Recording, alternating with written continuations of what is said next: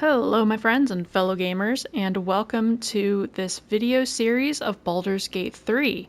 My name is Blue, and I am finally tackling Honor Mode for the very first time. This here is my character. Her name is Luna, and she is a druid. She will be a Circle of the Moon Druid, as her name implies, and I made her a Tiefling because I just think that's really funny, considering the conflict of Act 1 between the Druids and the Tieflings, so I just kind of want to see if there are any funny interactions or unique interactions because I am a Druid but also a Tiefling. In any case, let's just go ahead and hop right in.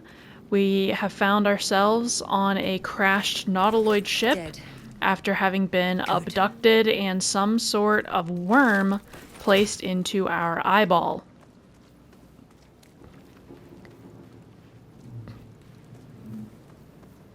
Where the hells are we? We're going to be looting as much as possible because we want as much money as possible so that we can buy the resources that we need for this Honor Mode run. Nautiloid hurtling through the plains, resplendent with psionic energy.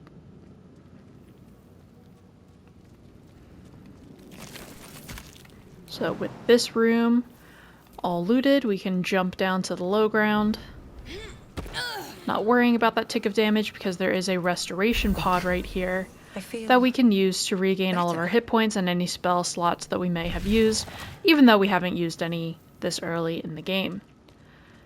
With this character, I want to focus on shapeshifting, so I want to be in some sort of animal form for most of the combat scenarios. Because this is Honor Mode, it's always helpful to have as much health as possible. And shape-shifting druids have that advantage because every time they shift into a new wild shape, they get that wild shape's health pool. And so any enemy that wants to kill us needs to whittle down all of the different health pools that come with whatever wild shape we happen to shift into. But anyway, we've ridden up an elevator, heard a voice calling out for help, and now we're trying to figure out what the heck is talking to us. Before they return! They return. Luna is going to try and figure out, is the brain talking to her, or is it some sort of manifestation of the man? She doesn't quite understand what's going on until she now passed this Arcana check. Of the Mindflayers who abducted you. The whole concept of the Mindflayers and their sort of power trip that they're trying to take over the world goes against every teaching that Luna has ever been taught, so she is promptly going to destroy this brain. It is an affront to nature and must die.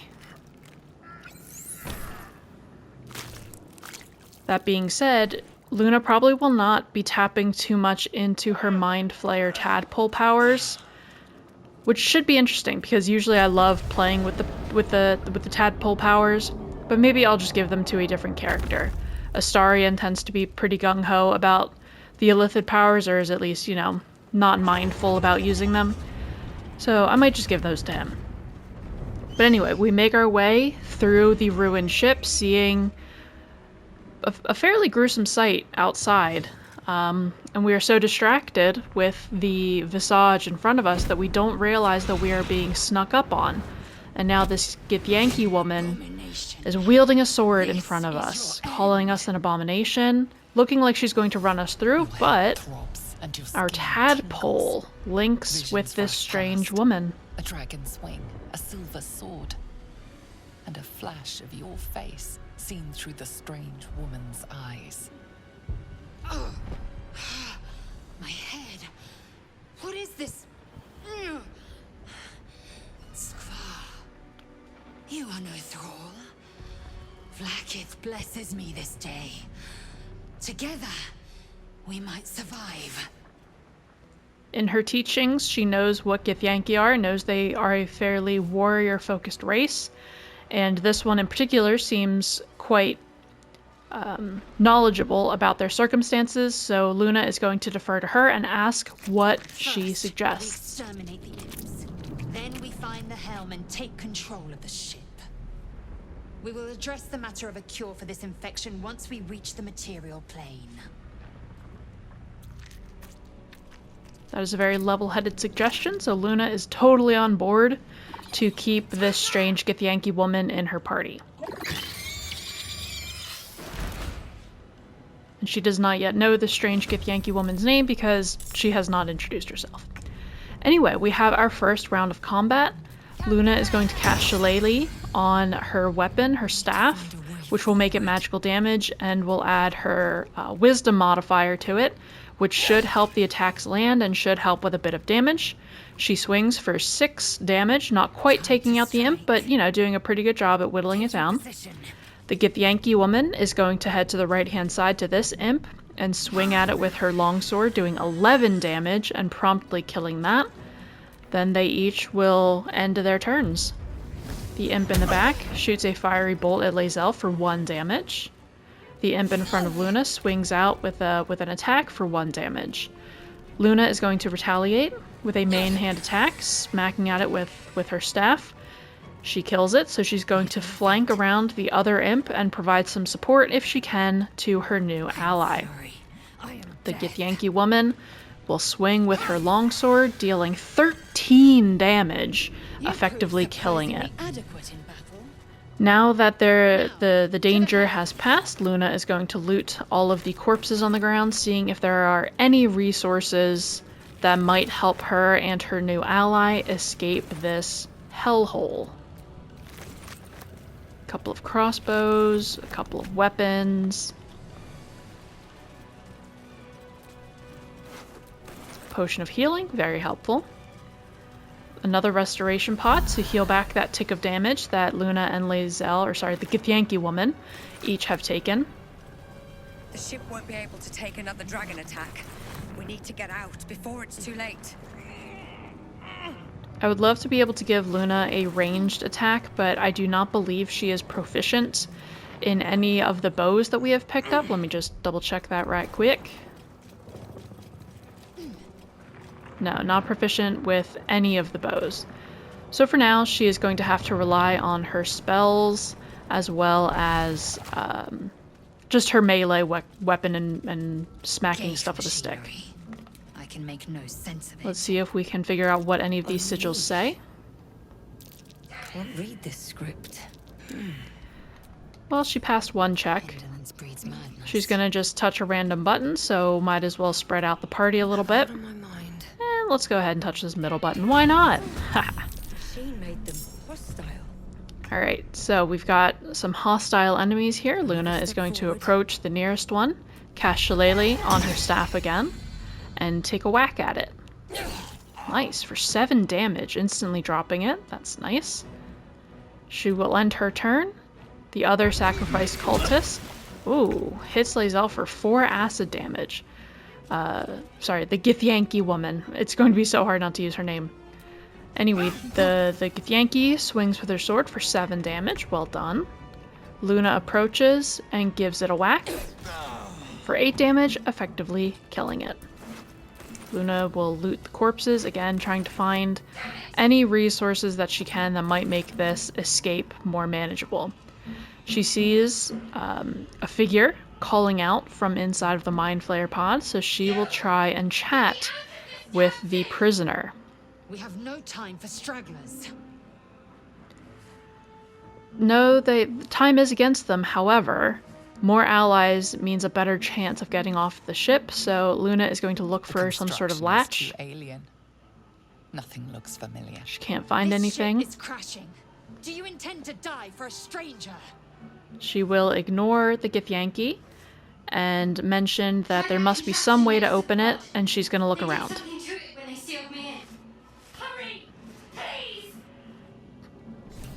Upon the suggestion of the prisoner, Luna is going to take a look at the pod next to the console next to the pod. Is there some sort of switch that says The open? mechanisms are completely unrecognizable at first, but then you spy an empty socket. Alright, so there's an empty socket, meaning something. Socket. Ooh, there is an intellect devourer here. Let's go ahead and give it a whack. Remember, these are all an affront against nature.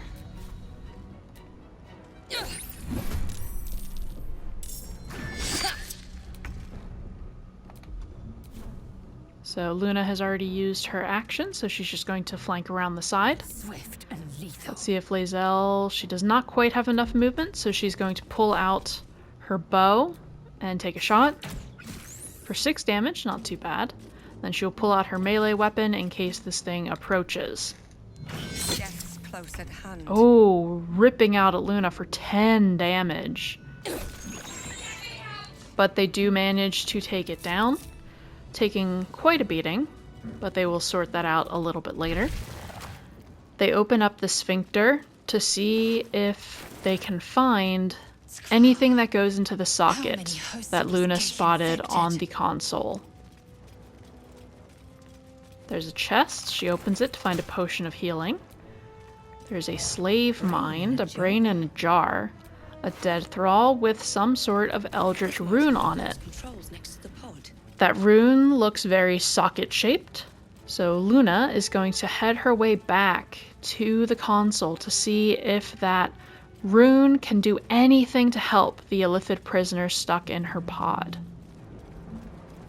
Luna approaches. The console appears dormant. She notices that socket, she takes a look at the rune, and puts the rune into the socket. The console hums to life. She's not going to bother with an Arcana check because her intelligence isn't too great, so she's instead just going to place that hand on the console and see if that does anything. Suddenly, you feel a hideous squirming in your head. The parasite. Then discomfort fades, and another sensation washes over you. Connection. Authority. Authority. She is going to use that authority to will the pod to open. We have pretty good wisdom, so unless we roll a natural 1, we should pass this check. With a 4 plus 3, that's 7. Easily, we will that pod to open. Feel the biomechanical brain of the console process your command and yield to it. A shiver runs across your mind.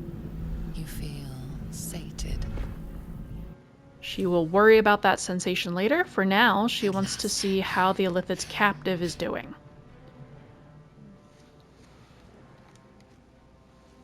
I thought that damn thing was going to be my coffin. Thank you. Your mind lurches into her thoughts. Her gratitude is mixed with wariness, because you have a Gith with you.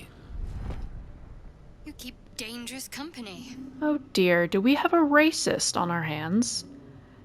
Luna is not going to be amused by this. Being a tiefling, she is used to people judging and saying horrible things about tieflings, so if Shadowheart does not smarten up, she will not hesitate to boot her from her party. But for right now, she does need an ally, and so she will say that dangerous company is what we need in a fight, just to try and smooth over the tension, but that niggling thought is still in the back of Luna's mind that this half-elf might not be the best traveling companion for when they get off this ship. She will introduce herself. Shadowheart. She knows this companion's name at least. She still does not know the Githyanki's name.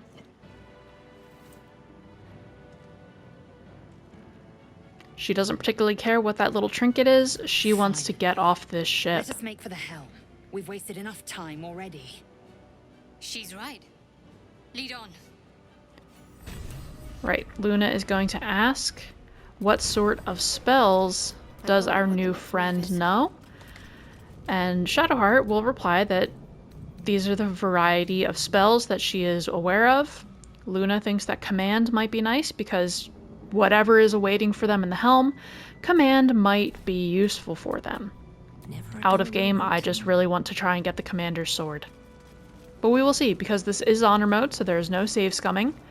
Whatever happens, will happen. Another brain. We will loot this little table, grab all of the trinkets and the goodies, and then we spot a restoration pod. We step in and use it and get healed all of our hit points back after taking quite the beating trying to defeat that intellect devourer that was scuttling about. We are nearing the helm. Once inside, do as I say. Who put you in charge? I'll trust my own judgment. Yank. Well, that's another tick against Shadowheart, because Luna is aware that anybody with martial prowess probably has good strategical instincts, and if Shadowheart doesn't want anybody else's advice or opinion, that's, again, why would she want to travel with somebody like that? So we enter the helm and see this absolute brutal battle going on. We are horrified. We don't know who to ally ourselves with because the Mindflayers have abducted and infected us, but the demons that are in the ship as well are very dangerous too. The nerves of the Transponder. We must escape. Now. Do it. We will deal with the Gale after we escape. Very well. We have a mission. If our warrior friend tells us that getting to the front of the ship is the best course of action, we are going to do that. However, we are going to try and take out some of these lesser enemies along the way. So Luna is going to scuttle forward and to the left, looting a dead body. She will cast Shillelagh on her staff and try and give this imp a whack. And she does for 8 damage, taking it down. Well done, Luna. She will then loot any other corpses within reach and just scuttle forward as much as she can before ending her turn. Lae'zel is going to rush forward. She will see a fire pool and dip her weapon into the fiery embers just for a little bit more damage as she rushes up to the Hellsboar and takes a whack at it for a total of 12 damage. Well done to our Gith friend. Oh, and the Mindflayer gets off a stun on the commander at the front of the ship. So Shadowheart is going to move forward and do her best to have the command drop spell land successfully on the commander. It does not. He saves against her command, but that's okay. We will have one more try to get that shiny sword that he is whacking the Mindflayer with. The imp in the corner attacks Lae'zel with a bow shot for 2 damage. Luna is going to rush forward and loot up that short sword. She is then going to... She's going to dash toward the imp. She doesn't have many ranged options for now, so that's really all that she can do. Lae'zel is going to rush forward and loot this dead body, because why not? And then our Gith friend is going to pull out her bow and try and take a shot at the imp for 5 damage, so a respectable amount of damage, and end her turn. 20 damage coming from the Mindflayer. Shadowheart scoots up a little closer and once again prepares a command drop spell on the commander, and it does not work, unfortunately. So that sword will not be ours, but that's okay. There are plenty of other good weapons in the game. The imp shoots an arrow at point blank range into Luna, who dodges it successfully. Luna takes a whack at the imp with her staff, finishing it off after our Gith friend had weakened it. She will loot the imp, look behind her, loot the Mindflayer, look behind him, and loot the imp before moving as far forward as she can get. And as she does, she looks out the front window and sees a dragon soaring past. And her Gith friend is telling her to hurry the hell up, and that's exactly what she's going to do. Our Gith friend is also going to move as far forward as possible, and will use her entire turn to dash forward into the fray. Shadowheart is going to skirt around the conflict, and she will try and get off a Sacred Flame onto the nearest imp. That connects for 4 damage. Wow. Sacred Flame usually does absolutely nothing. Well done, Shadowheart. Oof, our Mindflayer friend is taking quite the beating. So we really need to get away from the demon who is putting the wailing on him. So Luna is going to move forward to the imp that Shadowheart just hit and is going to whack him with her staff for 8 damage. Good job. She kills that imp. Lae'zel can't quite make it to the other enemies, so she is going to pull out her bow, take a shot at the imp. For 6 damage, almost killing it, but not quite.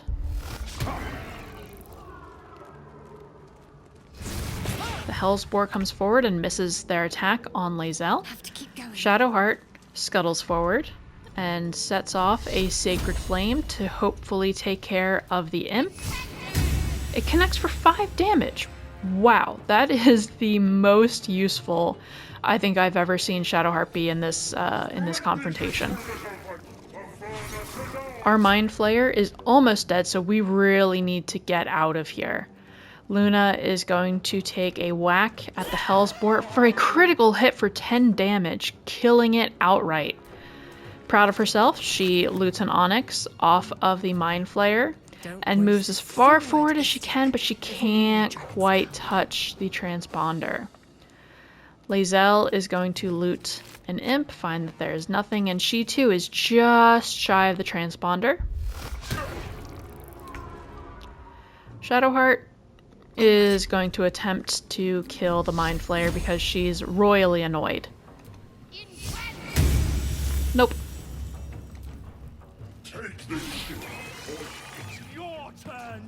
Oh dear. And Shadowheart dies.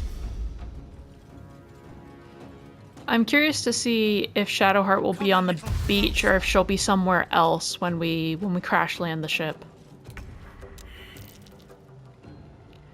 Okay, so on Luna's turn, she sees that her new racist ally has been defeated, so she will just touch the Transponder and try and get her and her Gith friend out of this combat. You made it in time.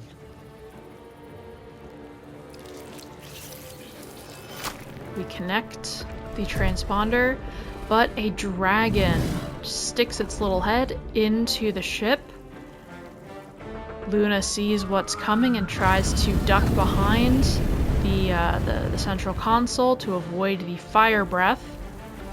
And even though she connected the nerves of the Transponder, it doesn't really seem like anything is happening too much.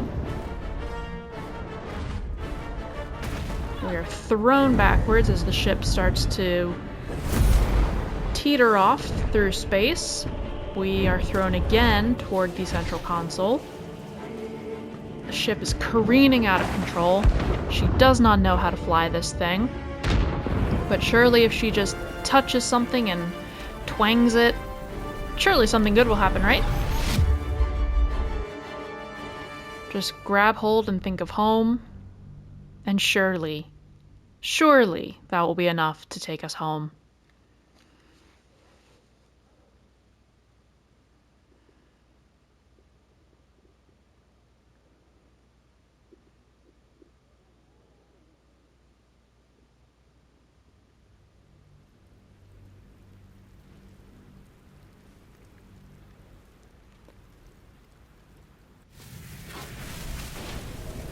Right, well, we've at least entered the material plane. And now we get a view of the nearby surroundings, where we are crash landing. Everybody looking upwards, seeing this horrifying ship burning and soaring closer to the ground. Goblins sounding their war drum, sounding for reinforcements to defend their little camp. Ooh, the ship explodes and begins falling faster out of the sky. Luna taking quite the tumble as she tries and fails to keep her balance and sees the furious Mindflayer, but thunk! She gets hit in the head by some sort of rock or tablet or slate and goes hurtling for the ground. Sure that this is finally going to yield her demise, but oh, she is caught at the last minute. She opens her eyes, confused, and drops unceremoniously onto the ground, where she passes out for a little while. all night long and finally wakes up to bright sunlight and sand getting into where places sand should not be. She stands up, dazed and disoriented, trying to figure out where she is. As you wake, the tadpole squirms in your skull. She is going to check herself for injuries because she does have healing magic. If she finds anything severe, she can try and Other than patch the herself up. infection, you're more or less intact. A miracle given everything you've been through, but it'll all be for nothing if you don't find help soon. The tadpole is a death sentence, and the clock is ticking. You need a cure. Alright. So, with the tutorial done, let's continue on through the beach. We see the beach is utterly ravaged, and the ship is a smoldering wreck behind us. We're going to loot these unfortunate souls because they don't really need their possessions anymore.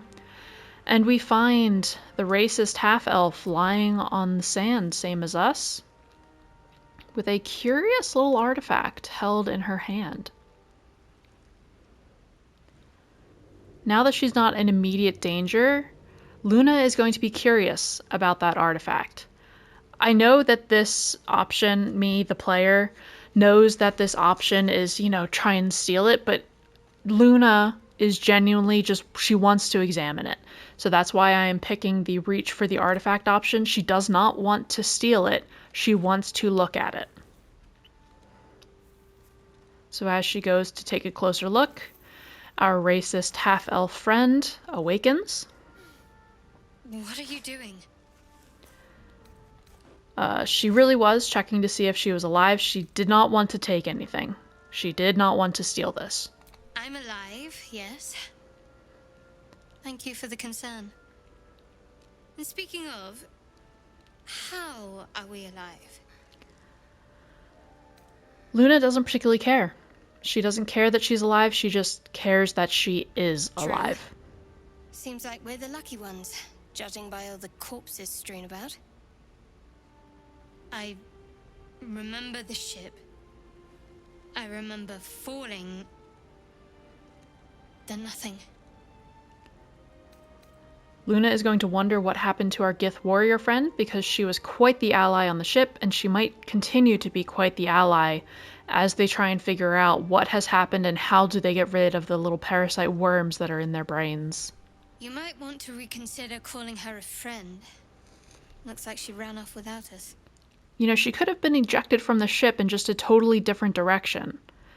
We really should look for her. She might be injured, or even worse. You're more concerned for her than she is for you, clearly. We need to take care of ourselves. First things first, we need supplies, shelter, and most of all, a healer.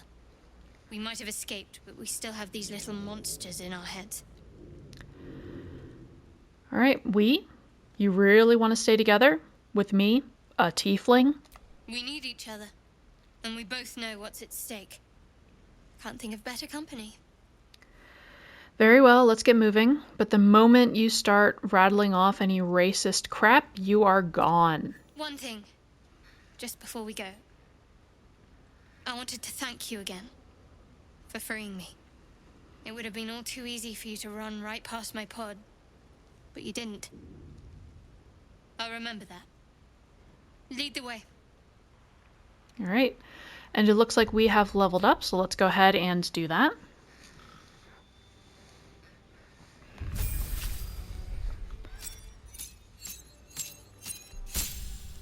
At Druid level 2, we can go ahead and pick our subclass. We are the Circle of the Moon, because again, her name is Luna. With this, we get quite a variety of wild shapes. So we get a badger, a spider, a wolf, a cat, and a bear. These are going to be what we can use to shift into, in, and out of combat. As far as our prepared spells go, I'm pretty content with what we've got. We've got Healing Word, Speak with Animals, Long Strider, Entangle. Yeah, we can keep... No, let's go ahead and do Create Water, just for a bit more utility for that.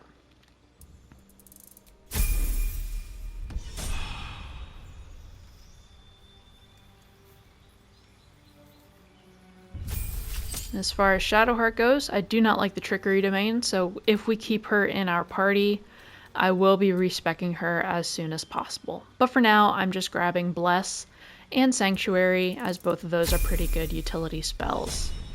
Support spells, I should say. Alright, let's go ahead and grab this seashell, because why not? And then we are going to continue looting the beach, because we need as many resources as we possibly can get our hands on. As I mentioned, this is honor mode, so I need as much in my arsenal as I can physically carry.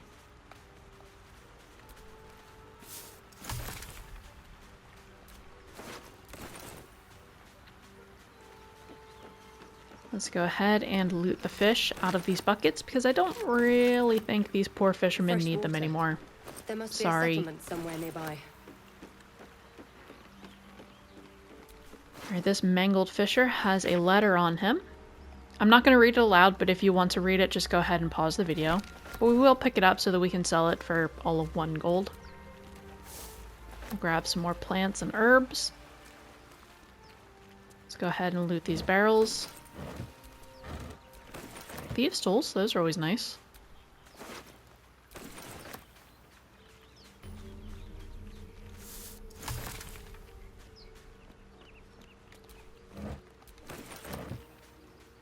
More dead bodies, more plants. And we see an ancient sigil that we know can be used to teleport to various other sigils that are inscribed around the land. Luna would be rather familiar with their magic show, so she is very comfortable knowing that if she wants to come back here, she can. Not that she would ever want to. More of those wretched That commoner was things. carrying quite a bit of gold for being a commoner. Same with that guy. I'm not complaining, but...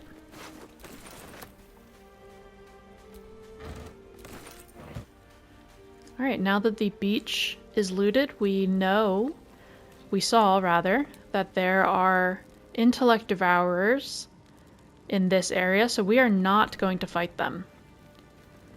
Luna does not feel strong enough with just having one ally at her back and one that she doesn't quite trust not to stab her in the back.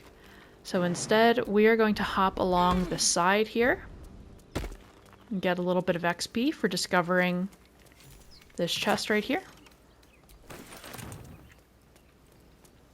And we are going to just skirt around the intellect devourers for now. Luna will come back later because they are an affront to nature, but she wants a little bit of help before she goes and tackles them. She leaps up with all the strength in her legs, and she spots another of those ancient sigils, but this one doesn't look like it's operating correctly. She's gonna go inspect it, see what's wrong with it. You approach the sigil on the stone. Magic glitters and swirls from it erratically, as if malfunctioning. It looks slightly dangerous. Let's go ahead and touch it. Why not? Wild magic, touchy touch.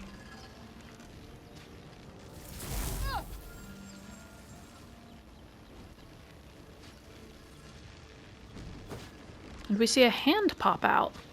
A hand? Anyone? Well, this poor soul is trapped in the rock. She is immediately going to try and calm the sigil's magic. So she lets some words of prayer flow through her, and we're going to hope for the best here. We are going to use guidance that we have. We don't need it from Shadowheart. Oh no! Luna is going to just stare, baffled, wondering why her druidic magic is not working. Has the parasite somehow weakened her? The magic around the sigil hisses like a cornered cat. Your only option now is to grab the hand and pull. Luna is not very strong, but she is going to muster every strength in her body and yank this poor soul to freedom. Oh no! I need a 4. Oh no! Luna watches horrified as her body gives out. No! I'm slipping away! I'll perish in here! I'll perish. Oh, Luna is devastated. She just watches in abject horror as the portal closes and that unknown man slips beyond her reach. With that, she is going to offer a silent prayer for that man's soul and turn away and try and find any other ally that she can. Dead goblins over there. Worth checking for supplies, maybe. I am just so sad that we cannot pass any of those checks. But again, There. honor mode, a no Mindflayer. save scumming. And it's hurt. So that was just meant to be That in this thing's bound to be playthrough. dangerous, even if injured. Best be Alright, we careful. see a Mindflayer. Luna is taking no chances. She immediately casts Shillelagh on her staff and whacks it as hard as she can for 9 damage, killing it outright. Death is too good for it. She's out for vengeance, yes, but these Illithids are an affront against nature and the gods she worships. So she carries on and finds a pale elf, looking like he might be in need of help. There, in the grass. You can kill it, can't you? Like you killed the others?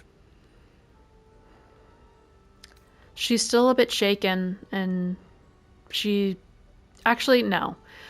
Retcon that. Yes, these intellect devourers all need to die, so easily I can handle this, stand back, get to safety. She does not want to lose any more potential allies. There. Can you see it?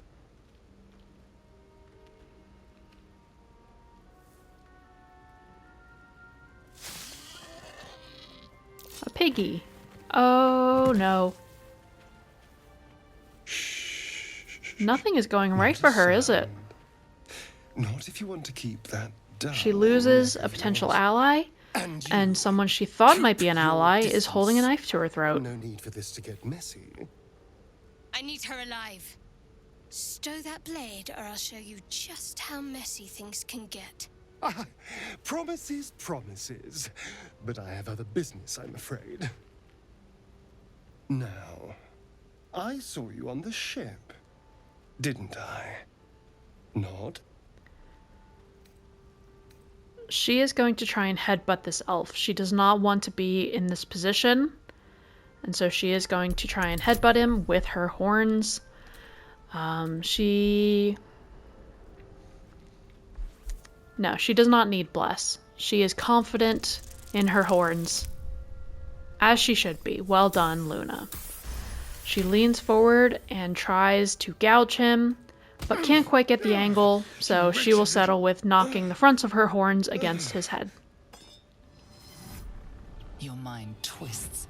You're looking out of unfamiliar eyes, prowling dark, busy streets. You try to hold the memory, but it fades to the worm. The light, the fear. What was that? What's going on? Okay, so it seems that she has found another person who is infected with the Mindflayer tadpole, and so she is going to be honest with him. It was the Mindflayer's worm. It connected us. The worm. Of course. That explains things somewhat. And to think, I was ready to decorate the ground with your innards. Apologies.